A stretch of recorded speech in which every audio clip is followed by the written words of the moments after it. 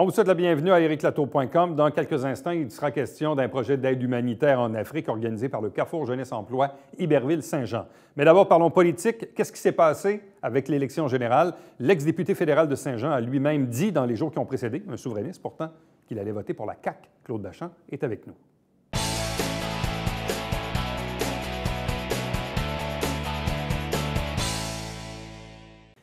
Une nouvelle ère politique s'amorce au Québec avec l'élection d'un gouvernement de la coalition Avenir Québec majoritaire. On commence un peu à essayer de voir et de comprendre un peu le bilan de ce qui s'est passé. C'est quand même assez inusité dans un Québec où les libéraux et les péquistes se sont partagés le pouvoir dans les dernières années. Avec nous, pour essayer d'y voir un peu plus clair, l'ex-député de Saint-Jean à la Chambre des communes à Ottawa, il était bloquiste à l'époque, Claude Bachand. Bonsoir et bienvenue. Bonsoir, M. Latour. Et on a même vu, dans les jours qui ont précédé l'élection, Claude Bachand, le souverainiste, dire « Pour cette fois-ci, je vais voter pour la CAQ ». Et je suis toujours souverainiste, c'est ça la distinction. C'est qu'à un moment donné, moi, je pense qu'il fallait absolument barrer la route aux libéraux. C'était plus important que tout le reste? Oui, parce qu'il faut savoir faire des sacrifices avec la cause, même que ça soit temporaire, pour faire en sorte de ne pas subir un autre 4 ans avec les libéraux, où je pense qu'il aurait affaibli considérablement l'option souverainiste. Alors donc, le seul parti que je voyais depuis le début, c'était la CAQ. Et puis, c'est ce qui s'est passé dans le fond. Les libéraux n'ont pas semblé sortir voter. Puis, il y a beaucoup de souverainistes qui ont jeté leur dévolu sur M. Legault. Mais en même temps, on se dit, bon, Claude Bachand, c'est un souverainiste. Puis, à la limite, je pourrais dire, Claude Bachand, c'est quelqu'un qui, politiquement, est quand même assez à gauche. Oui. Oui.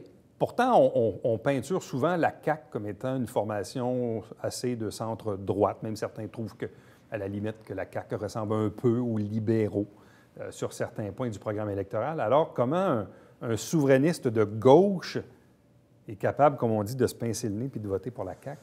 Bien Tout ça vraiment pour sortir les libéraux? Bien là, il y a des problèmes de latéralité dans ce que vous m'exposez. C'est-à-dire? Bien, est-ce que je suis gaucher, droitier ou... Moi, je me suis toujours situé au centre-gauche. Ouais. Puis il y a des gens à l'intérieur du parti de Legault qui sont des souverainistes, des anciens souverainistes, du moins. Là, je peux il y a beaucoup de péquistes dans l'entourage du nouveau gouvernement. Ben oui, d'ailleurs, il y en a qui disent qu'ils sont aux commandes avec les péquistes et que Legault, ben lui, c'est lui qui va décider finalement. Mais j'ai pas eu de problème. C'est sûr qu'il y a des... Moi, j'ai trouvé ça un peu un débat pragmatique contre dogmatique. Il y a des gens, là, qui vont voter pour le Parti québécois, puis s'ils vont être les derniers qui vont avoir un seul vote, ça va être le leur. Mais moi, tant qu'à moi, je ne pouvais pas me faire à l'idée de laisser passer les libéraux, parce que vous vous rappelez que 10 jours avant l'élection, les sondages étaient égaux. Ouais. Même si les gens ne comprennent pas tout le temps que le vote étant condensé à Montréal-Ouest, que le CAQ n'était pas en danger. Mais quand vous avez écrit votre statut Facebook là, pour dire que vous étiez sur le point de voter pour la CAQ, là, il y en a qui vous comprenaient, mais il y avait des commentaires pas toujours gentils. Là. De la part des dogmatiques, oui. Mais qu'est-ce que vous voulez? Moi, j'ai toujours donné mon opinion. Puis ce coup-là, bien, je l'ai donné, puis c'est avec les pour et les contre. Puis qu'est-ce qui s'est passé dans les faits? Bien, c'est ce que j'ai dit qui s'est passé dans les faits. Il y a beaucoup de gens qui ont basculé dans le camp caquiste la dernière semaine, justement sur la base probablement d'arguments comme le mien. De battre les libéraux à tout prix. Oui. Est-ce que c'était une erreur pour le Parti québécois de ne pas faire de la souveraineté un enjeu cette fois-ci? Oui, vous avez raison de le soulever. D'ailleurs, je voulais l'ajouter. C'est un pari que Jean-François Lisée a fait, là. Oui, bien, c'est ça, mais en faisant ce pari-là, il ouvrait la porte aux gens qui aillent voir dans d'autres eaux.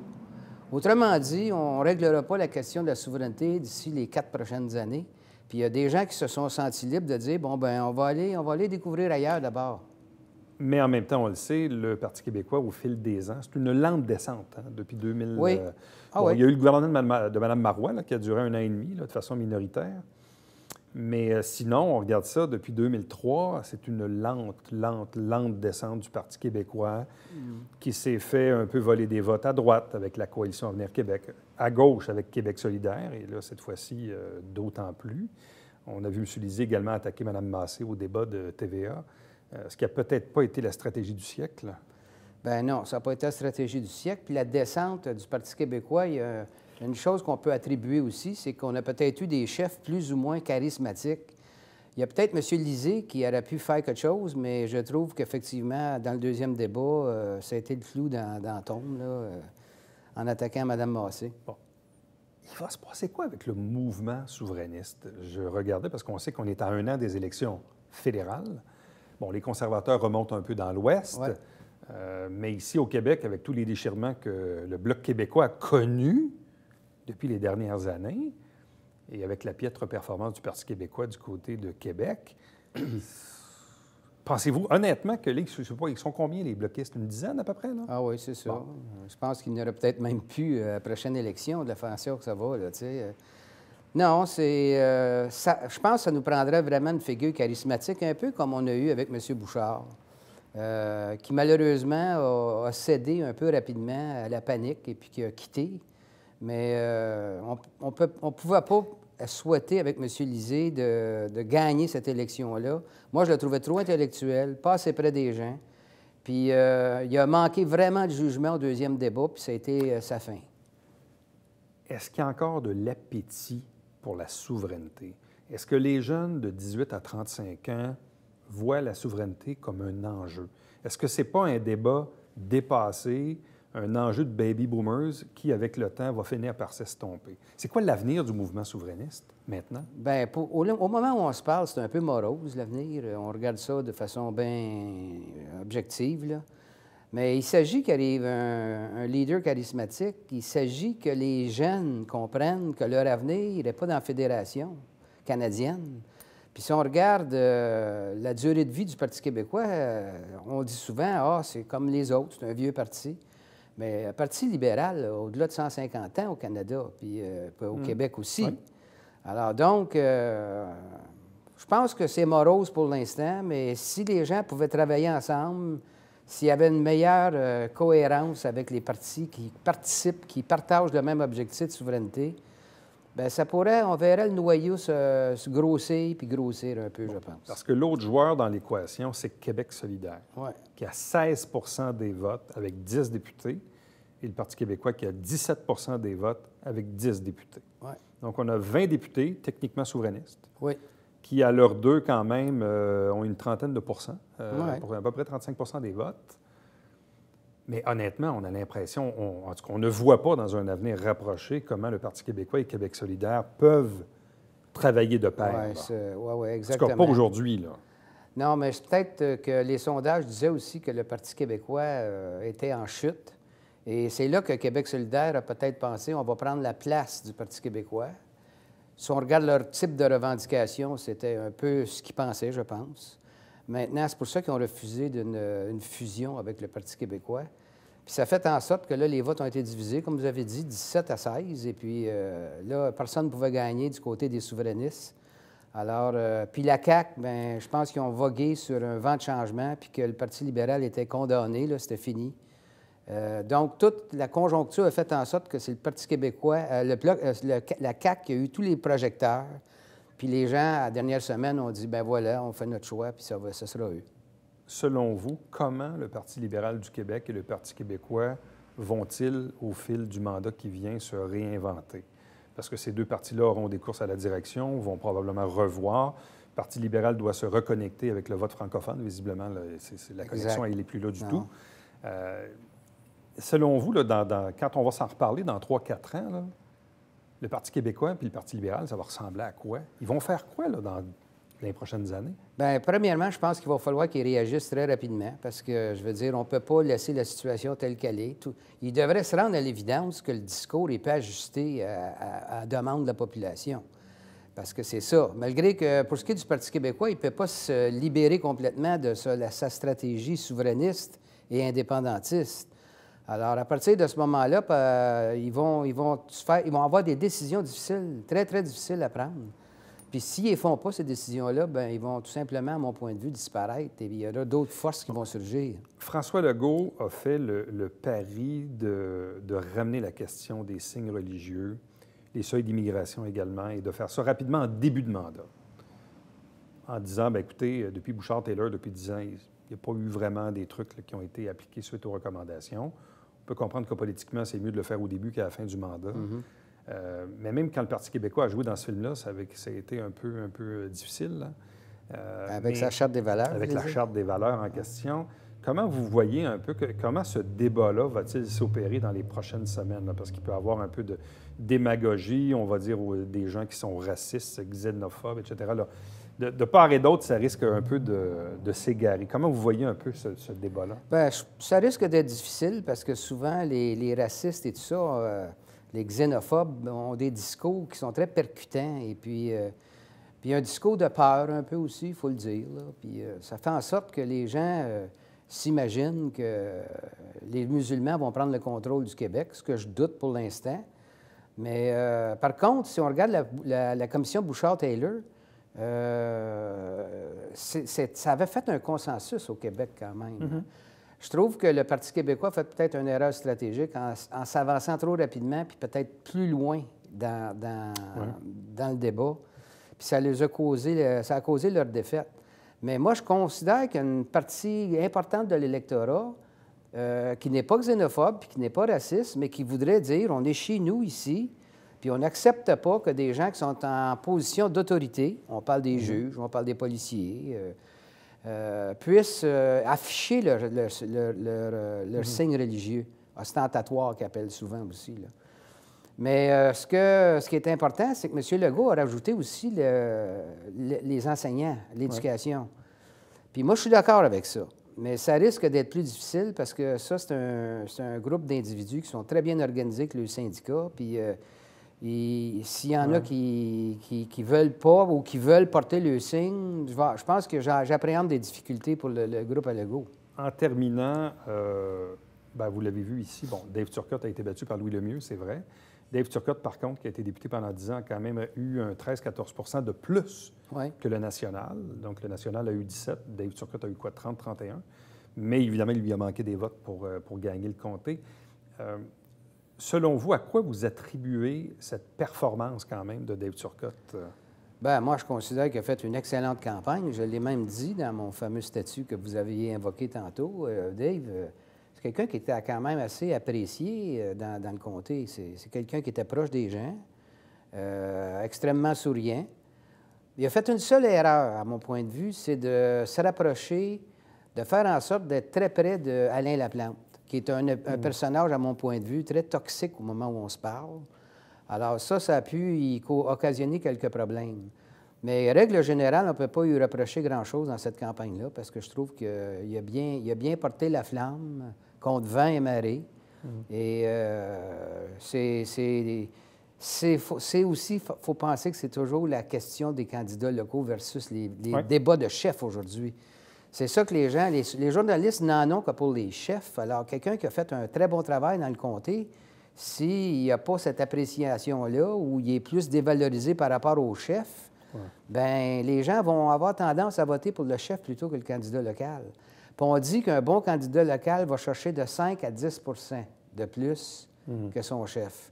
Alors, s'il est allé chercher 14 de plus, c'est que c'était un très bon député.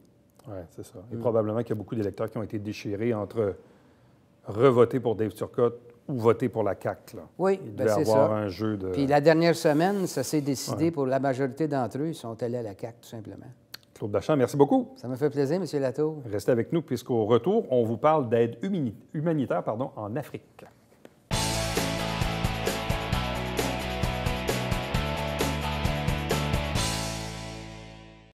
Mesdames et messieurs, bonjour et bienvenue à la Justice entre nous. Mon nom est Serge.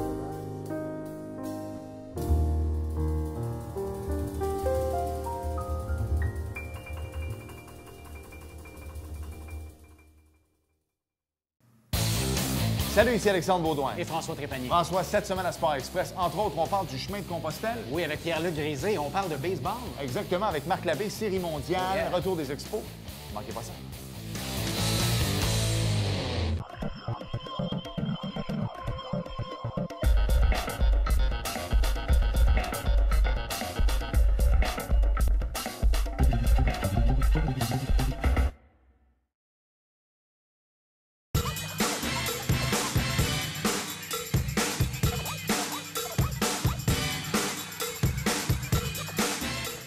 Dimanche, 9h30, Télé Bingo, on vous attend.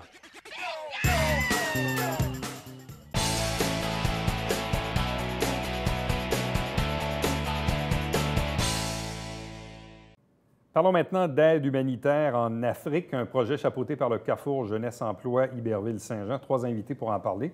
D'abord, Martine Lévesque, qui est agente de liaison aux entreprises au Carrefour Jeunesse Emploi. Bonsoir. Bonjour. Accompagnée de Stéphanie Leroux, qui est l'une des participantes au projet. Bonsoir. Bonjour. De même qu'Alexandre Bergeron. Bonjour. Bonsoir et bienvenue. D'où vient cette idée de ce projet-là? Quelle est la fondation même du projet? Qui a eu l'idée? Bref, ça vient d'où? En fait, le projet, à la base, c'est créé par Martine Roy, qui est la directrice du Carrefour Jeunesse Emploi. Donc, c'est l'idée qu'elle a eue d'aller faire un voyage humanitaire. Le projet est financé par Logique. Donc, c'est un organisme là, qui s'occupe de financer des voyages humanitaires comme ça. Il faut soumettre un projet et par la suite, le projet est accepté ou non. Donc, Martine a des contacts au Bénin, fait que ça a été facile pour elle de créer des projets et de dire, on pourrait faire ça parce qu'il faut que ce soit quand même détaillé et expliqué. Là. Donc, c'est à ce niveau-là, là, c'est la 4e édition cette année du voyage humanitaire au Bénin. Bon. Vous êtes combien de personnes à aller là? C'est 10 participants, 2 intervenants. 10 participants, ouais. 2 intervenants. Ouais. Et ce qui a été fait dans les années passées ressemblait grosso modo au même... Oui, même formule, même recette. Même formule. Exactement. Bon. Stéphanie, qu'est-ce qui fait que vous avez décidé de participer au projet cette année? Bien, moi, tout d'abord, c'était une collègue de travail qui m'a envoyé le lien. Alors, je trouve ça très intéressant parce que moi-même, je suis justement en changement d'emploi. Et je trouvais que le projet m'intéressait beaucoup parce qu'on fait des levées de fonds, on fait des commandites. Donc, j'ai un grand intérêt envers la communication. Donc, je trouvais que ça me rapprochait beaucoup. Ça pouvait me donner des chances, justement, de voir si ce domaine-là de la communication peut être intéressant pour moi. Puis, en la suite, on fait aussi un événement qui remercie nos commanditaires et tout. Donc, je m'étais dit, c'est une belle occasion, parce que j'adore l'événementiel aussi. Donc, c'est une belle occasion de me rapprocher un peu de ça. Puis aussi, je trouvais que c'était l'expérience d'une vie. C'est un projet d'adulte à 35 ans. Moi, j'ai 33 ans, donc je m'étais dit, pourquoi pas, aller en Afrique, faire une bonne action aussi, parce qu'on fait des tables bancs pour les enfants là-bas, de l'école primaire à Porto Novo. Donc, justement, je me dis, ça serait été une bonne action en même temps aussi, puis c'est une belle occasion de voir un peu comment le monde vit là-bas. Puis, Bon, toi, Alexandre, comment tu as entendu parler du projet? Bien, moi, j'étais en retour aux études, puis on m'a parlé du projet. Puis pour moi, ça signifie, c'est une façon de me découvrir, puis d'explorer de nouveaux horizons, vers quoi je veux m'orienter. Puis aussi, bien, moi, j'habitais 1 an en Afrique, donc c'est un peu comme, on va dire, un retour là-bas.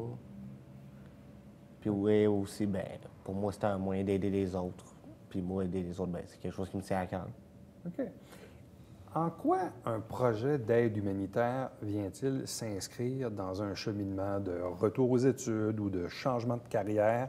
C'est quoi le lien entre ce projet-là et, dans le fond, la mission même du Carrefour Jeunesse Emploi?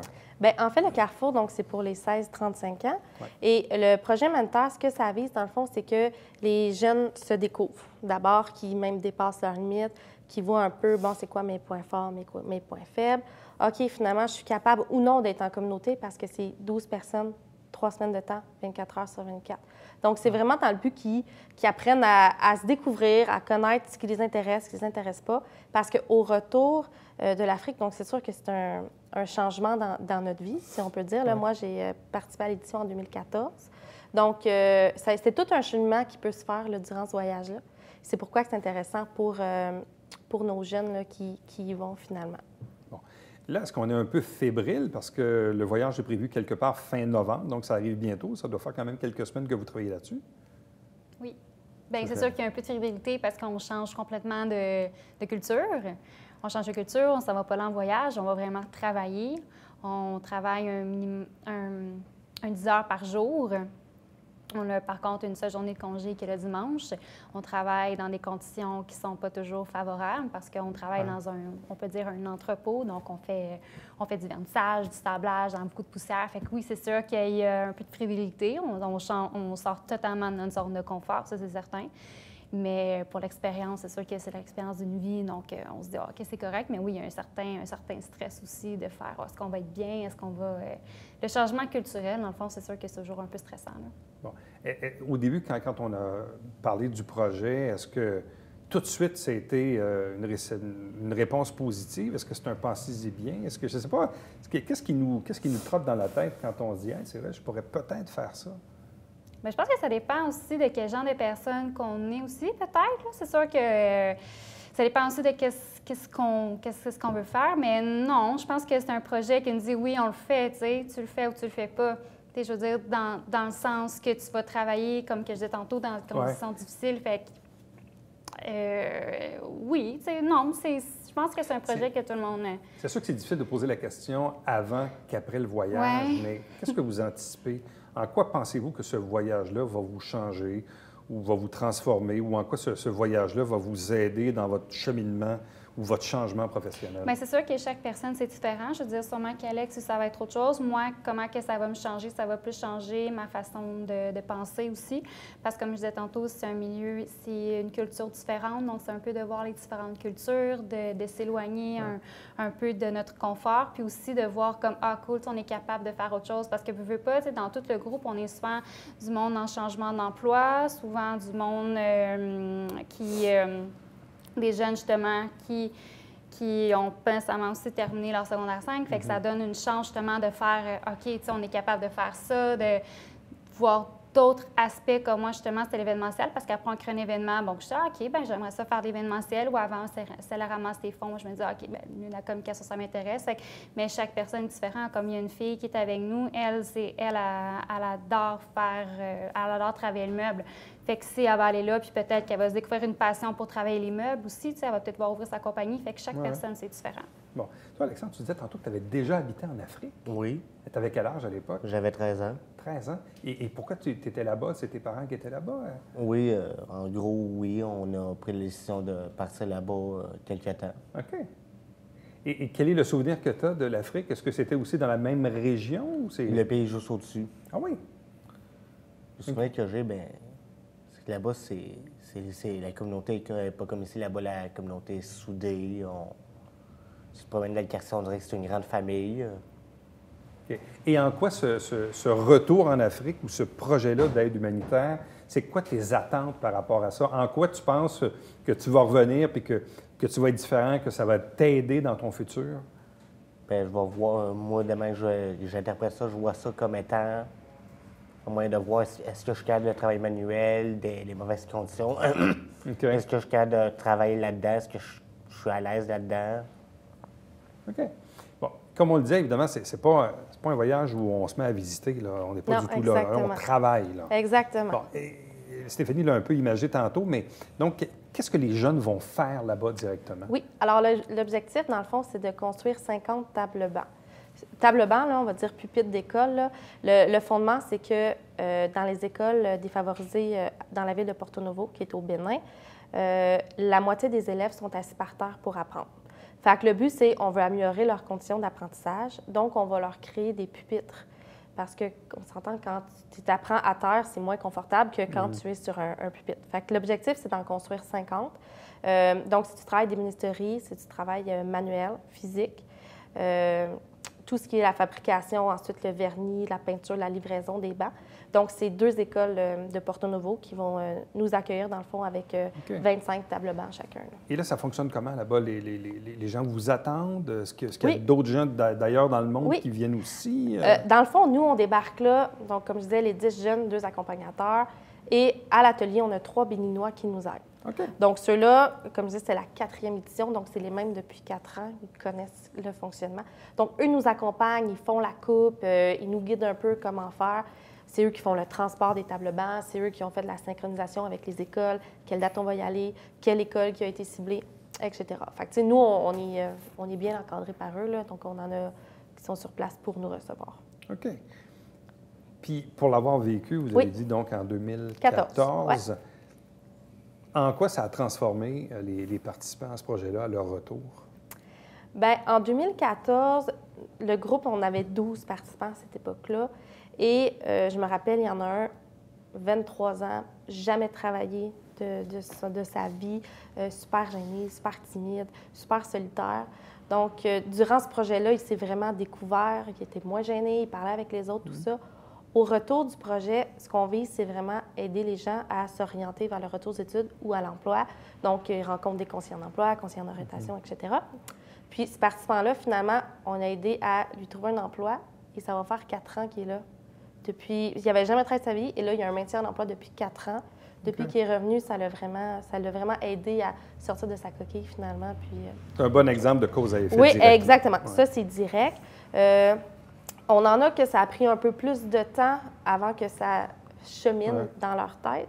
Mais on a eu un témoignage aussi là, d'une participante, là, 2 ans après avoir fait le voyage, qui nous a contactés pour nous dire « Ce voyage-là m'a vraiment remis sur le droit chemin.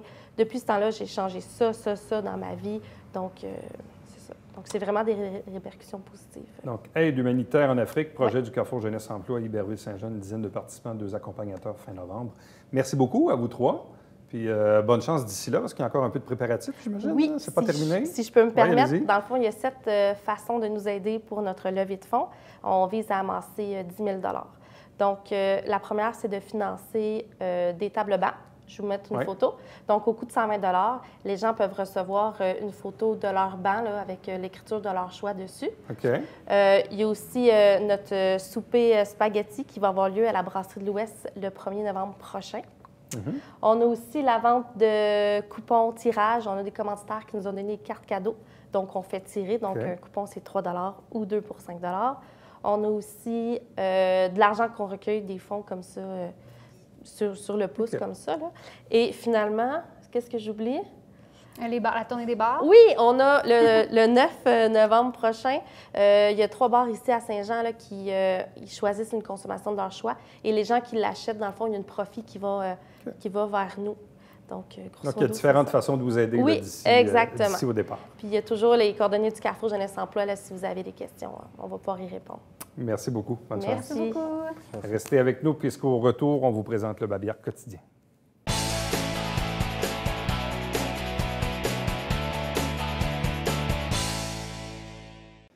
Compost au Richelieu vous avise que c'est le retour à la collecte des ordures aux 2 semaines pour la période hivernale. Donc, ça commence dès maintenant. Donc, surveillez l'horaire. Probablement que vous allez arriver une journée. Puis là, ça ne sera pas la bonne journée qu'on va ramasser le bac vert. Ça sera la semaine suivante. Chaque semaine, des extraits des travaux du Conseil de Ville. L'émission se retrouve également sur notre site Internet. Et chaque dimanche matin, 9h30 en direct, c'est le Télébingo avec 4 000 $ en prix. À demain. Bye-bye.